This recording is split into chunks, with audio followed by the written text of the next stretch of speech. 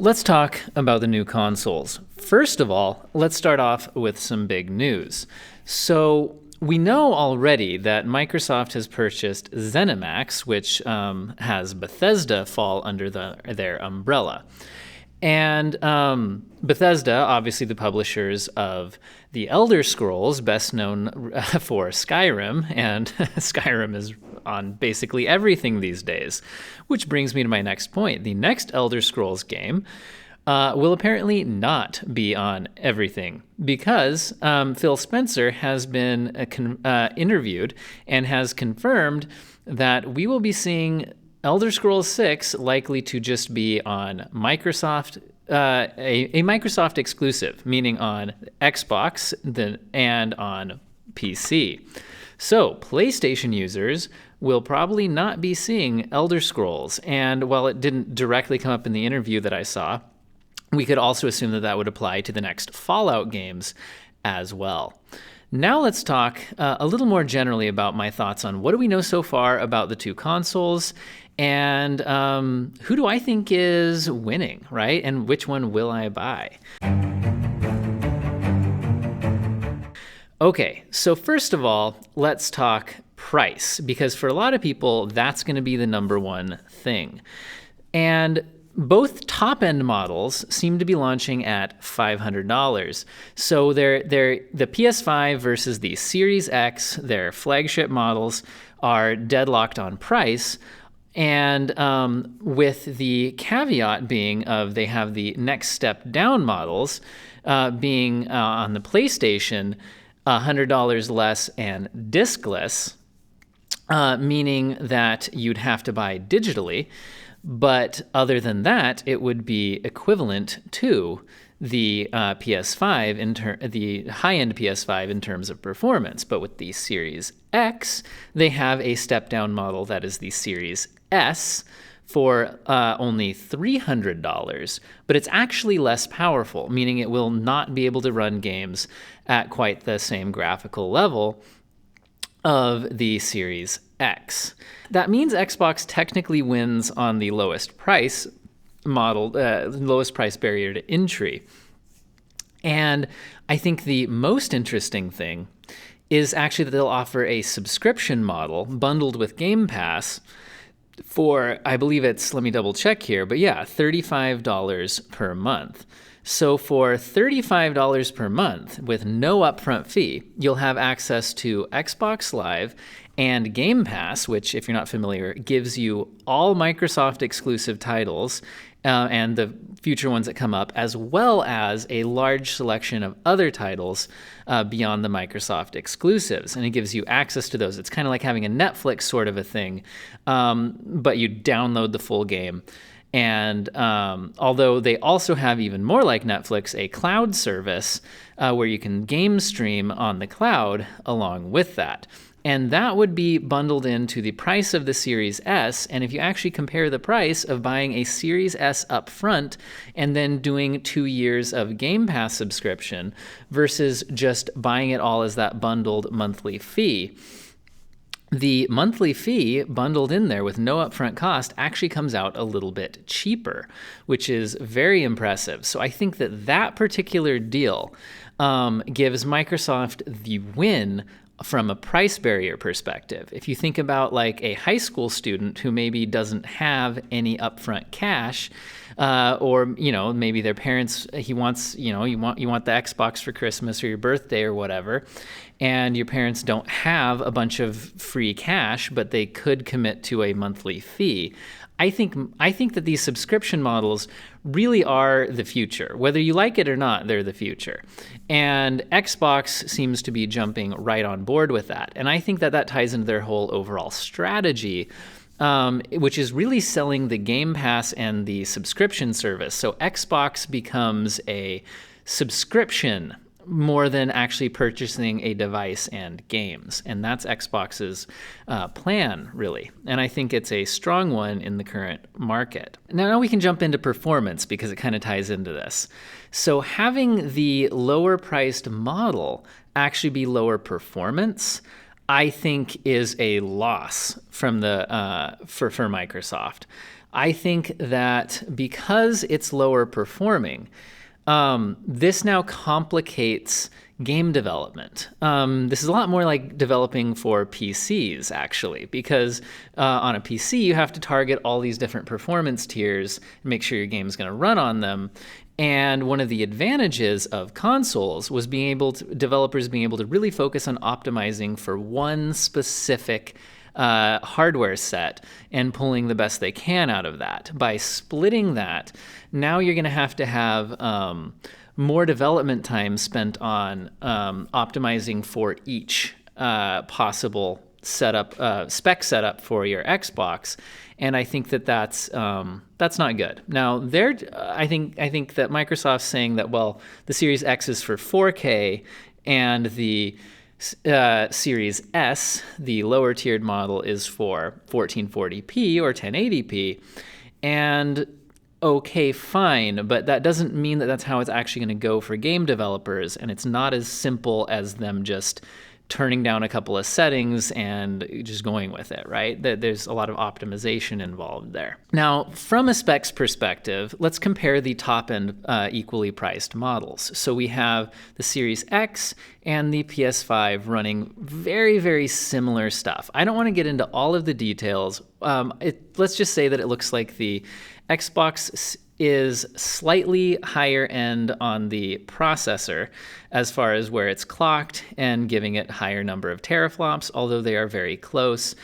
They both have extremely fast SSD drives, which I think is the biggest, most exciting development of this next generation, which I think will actually be really nice for PC gaming, because I'm taking this from a PC perspective myself. So for PC gaming, a lot of times we're held back a little bit by what's developed for consoles. So with consoles finally having super fast SSD drives, which are currently better than what we have on PC, I think it's going to help us finally take advantage of our SSD drives in our games and not be held back by people designing games for consoles and then kind of porting them to PC as more of an afterthought. So anyway, with that being said, they both have 16 gigabytes of DDR6 memory. They have very close GPUs, but again, the Series X is clocked a little bit higher, so that's giving you like 12 teraflops versus 10.3 teraflops. So from a hardware perspective, I think the Xbox gets a bit of a win, although I believe that the SSD on the PS5, if I remember right, might be a little bit faster, able to do a little bit more. But I'm going to say they both look really good, and the slight differences are really going to come down to how the game developers are able to tune for the different setups, different advantages and disadvantages of the two systems.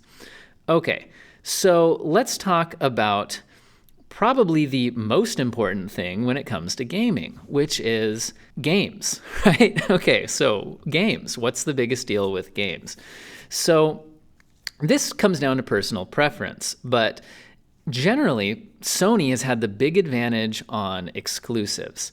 They have a lot of exclusives that are very highly rated, generally are very popular games with very well reviewed games, and they have lots of high-end exclusive content. And that seems like it's still going to be the case for this generation, although Microsoft bought ZeniMax. So having bought ZeniMax, I think that in the future, we're going to start seeing more high-end exclusives for Microsoft, like the Elder Scrolls series, Fallout, things like that.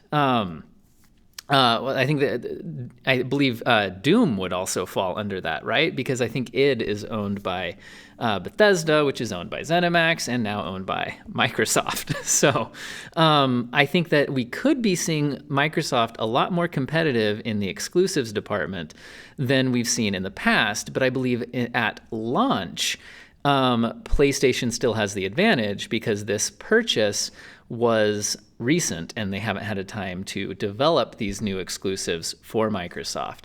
However, Microsoft does have the advantage of backwards compatibility. So the idea with, I think the way Microsoft is really looking at this situation is that they're viewing Xbox as like a range of products. So they're not even giving up on the original Xbox or the Xbox 360 or the Xbox One. They're just offering you a new, most powerful place to play all of those games with their amazing backwards compatibility that's also often able to run the games better than they did on their original consoles. But now you have a new place to play those on more powerful hardware, which will also get the benefit of new games coming out. So if you look at it from that perspective, Microsoft has the advantage of this huge library of backwards compatible games going all the way back to the original Xbox, but they don't have very many new exclusive games at launch. So if you've already played all of those old games, they don't have a ton of new stuff to offer you at launch, and their biggest exclusive franchise, Halo, has obviously, as I'm sure most of you have heard, been delayed to not meet the launch to hopefully increase the quality. I respect them for doing that. I think that's the right choice, but it does hurt their launch exclusives. So from a games perspective, I think that Microsoft wins in terms of backwards compatibility and might be able to match PlayStation exclusives in the future, but they lose in terms of brand new exclusives that are ready right around that launch window. So what do these consoles look like? So the Xbox is a black box, and it can be set sideways or vertical, and to me, this is fine. I want to stick my Xbox in my entertainment console, my entertainment center right under my TV, stick it on one of those little shelves. I'm going to have to turn it sideways to kind of fit it in there. These new consoles are pretty big. They're pretty beefy. And to me, this is going to blend into my room. I almost don't even want to buy a PS5 because of how it looks, to be honest. And that sounds bad, but I care about what my room looks like. And the PS5 is not going to blend into everybody's situation. Now, to be clear, I don't think the PS5 is a bad design. I don't think it's ugly. I think that it is a very unique, bold design decision and actually looks very cool. But that doesn't mean it's going to fit into everybody's living room, mine included. How about we talk about the names? And I almost considered making a video just about this. So in my opinion, the absolute worst thing about the Xbox is its name. Xbox itself, that's fine, okay? And so the original Xbox came out and it made sense. Here's an Xbox, cool. Now, then the second Xbox came out and they named it Xbox 360. And sure, it probably would have been simpler if they just called it the Xbox 2, but that's fine. 360. The number's getting bigger. I understand this is the next console. Now, then they came out with the Xbox One.